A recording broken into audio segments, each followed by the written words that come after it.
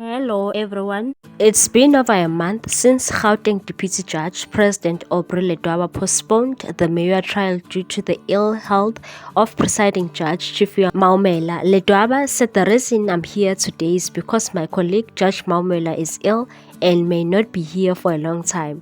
The Senzo Meyiwa murder trial is set to recommence at the Pretoria High Court on Monday. President Ramaphosa has suspended Maumela following his failure to conclude multiple outstanding court matters.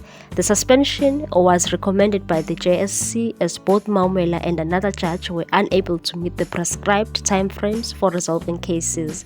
The commission at the time said the JSC has decided to request, in terms of Section 19 of Judicial Service Commission Act 1994, that the Chief Justice appoint a Judicial Conduct Tribunal to consider the complaints and will, in terms of Section 19.4 of the JSC Act, advise the President of its decision due to the seriousness of the complaints. The JSC has also decided to advise the President that it is desirable that Judges Maumela and Mgqobisa Thusi be placed on suspension pending the outcome of the tribunal processes with certain conditions, including that the judges must, during the period of suspension, finalize all matters that are presently before them. A new judge named Ratla Magotleng has been appointed to take over the Senzo Meyiwa murder trial.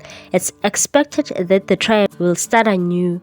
The incident took place on 26 October 2014 when Meyiwa was fatally shot at the residence of his then-girlfriend Kelly Kumalo in Vosloorus, east of Johannesburg.